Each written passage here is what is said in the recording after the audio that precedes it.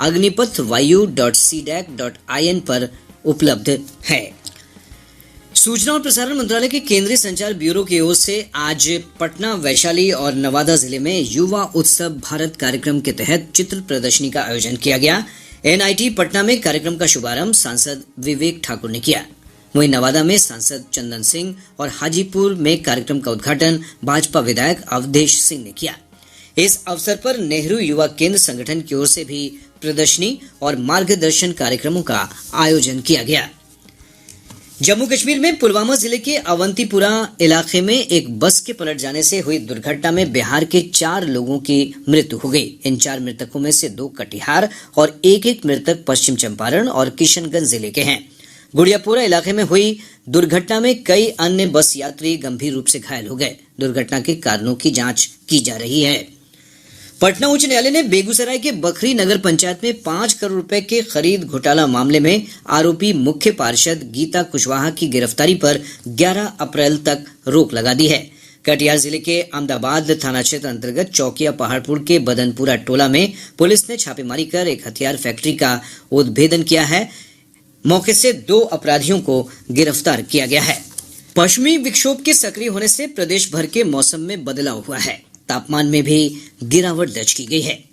पिछले 48 घंटों के दौरान उत्तर बिहार के विभिन्न जिलों में तेज आंधी, ओलावृष्टि और बारिश हुई है। इसके चलते फसलों को बड़े पैमाने पर नुकसान पहुंचा है।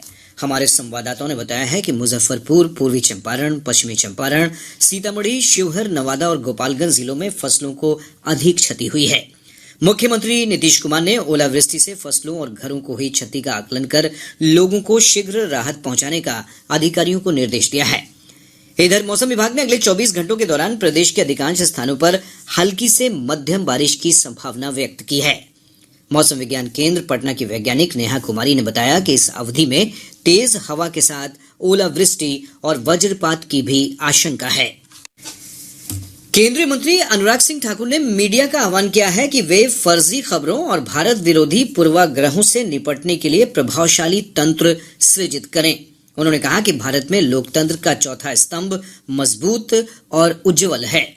श्री ठाकुर आज कोच्चि में एक समारोह को संबोधित कर रहे थे। केंद्रीय मंत्री ने कहा कि भारत में लोकतंत्र कृत्रिम रूप से प्रत्यारोपित नहीं है, बल्कि लोकतंत्र हमारे देश का अभिन्न और अटूट हिस्सा है।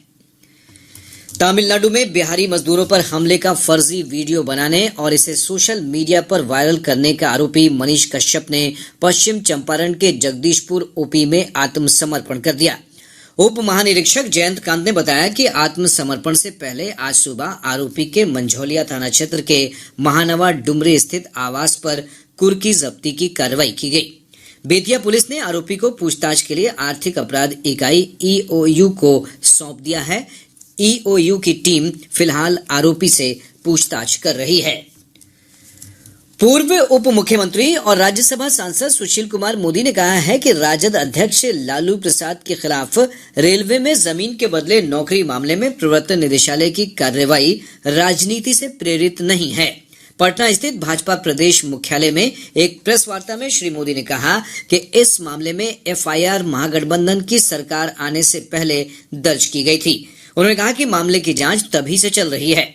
श्री मोदी ने उप मुख्यमंत्री तेजस्वी प्रसाद यादव से उनकी करोड़ों की संपत्ति के स्रोत के बारे में भी सवाल किए हैं। राज्य सरकार ने रमजान के महीने में मुस्लिम कर्मचारियों और अधिकारियों को निर्धारित समय से 1 घंटा पहले आने और 1 घंटा पहले कार्यालय छोड़ने की अनुमति दी है। सामान्य प्रशासन विभाग ने इस संबंध में आदेश जारी कर दिया है। ये आदेश स्थायी रूप से प्रत्येक वर्ष के लिए प्रभावी रहेगा। सभी स्तर के नियमित, संविदा या नियोजित और आउटसोर्सिंग कार्यालयों में कार्यरत मुस्लिम कर्मियों के लिए यह आदेश प्रभावी होगा। इनके लिए बायोमेट्रिक हाजिरी की व्यवस्था भी इस दौरान इसी समय सारणी पर आधारित रहेगी। प्रधानमंत्री नरेंद्र मोदी ने कहा है कि श्री अन्न से देश के 2.5 करोड़ छोटे किसानों को लाभ होगा और हमारी ग्रामीण अर्थव्यवस्था सुदृढ़ होगी। आज नई दिल्ली में अंतर्राष्ट्रीय श्री अन्न सम्मेलन के उद्घाटन समारोह में उन्होंने कहा कि मोटे अनाजों पर जलवायु परिवर्तन का असर नहीं होता और इससे जल संकट से जुड़ी समस्या के समाधान में मदद मिल सकती है। प्रधानमंत्री ने कहा कि मित्र देशों के बीच मोटे अनाजों के उत्पादन की शैली को साझा करने के लिए एक स्थिर व्यवस्था विकसित करने की आवश्यकता है। श्री मोदी ने कहा कि देश के कुल अनाज उत्पादन में मोटे अनाज की हिस्सेदारी लगभग 6% है। उन्होंने वैज्ञानिकों और अनुसंधानकर्ताओं से अपील की कि वे इस हिस्सेदारी को बढ़ाने में योगदान दें। श्री मोदी ने कहा कि यह गर्व की बात है कि संयुक्त राष्ट्र ने भारत के प्रस्ताव को मानते हुए वर्ष 2023 को अंतर्राष्ट्रीय मोटा अनाज वर्ष घोषित किया है। केंद्रीय गृह और सहकारिता मंत्री अमित शाह ने कहा है कि सरकार देश भर की पंचायतों में 2 लाख ग्रामीण डेयरी स्थापित करने की योजना बना रही है। इससे डेयरी क्षेत्र की वार्षिक वृद्धि दर बढ़कर 13.80% हो जाएगी। आज गुजरात के गांधीनगर में 49वें डेयरी उद्योग सम्मेलन के समापन सत्र में उन्होंने कहा कि इसके साथ ही वैश्विक दुग्ध उत्पादन क्षेत्र में भारत की हिस्सेदारी बढ़कर 33% तक हो जाएगी। श्री शाह ने कहा कि देश में लगभग 9 करोड़ ग्रामीण परिवार अपनी आजीविका के लिए डेयरी क्षेत्र पर निर्भर हैं। पश्चिमी विक्षोभ के सक्रिय होने से प्रदेश भर के मौसम में तेजी से बदलाव हुआ है। पिछले 48 घंटों के दौरान उत्तर बिहार के विभिन्न जिलों में तेज आंधी, ओलावृष्टि और बारिश हुई है। इसके चलते फसलों को बड़े पैमाने पर नुकसान हुआ है। हमारे संवाददाताओं ने बताया है कि मुजफ्फरपुर, पूर्वी चंपारण, पश्चिम चंपारण, सीतामढ़ी, शिवहर, नवादा और गोपालगंज जिलों में फसलों को बड़े पैमाने पर क्षति हुई है। वहीं बारिश के दौरान वज्रपात की घटना में गोपालगंज और मधुबनी में एक महिला समेत 2 लोगों की मौत हो गई। इस बीच मुख्यमंत्री नीतीश कुमार ने ओलावृष्टि से फसलों और घरों को हुई क्षति का आकलन कर लोगों को शीघ्र राहत पहुंचाने का अधिकारियों को निर्देश दिया है। पिछले 24 घंटों के दौरान बांका के धोरैया में सबसे अधिक 16.4 मिलीमीटर बारिश दर्ज की गई। वहीं जिले के बौंसी और चानन में 12 मिलीमीटर बारिश दर्ज की गई। इधर मौसम विभाग ने 20 मार्च तक प्रदेश के अधिकतर हिस्सों में तेज हवा के साथ बारिश, ओलावृष्टि और वज्रपात की आशंका व्यक्त की है। विश्व स्वास्थ्य संगठन ने कहा है कि कोविड-19 महामारी इस वर्ष एक ऐसे बिंदु पर स्थिर हो सकती है जहां यह फ्लू के समान खतरा पैदा करती है। WHO ने विश्वास व्यक्त किया कि वो 2023 में किसी समय आपातकाल की समाप्ति की घोषणा करने में सक्षम होगा।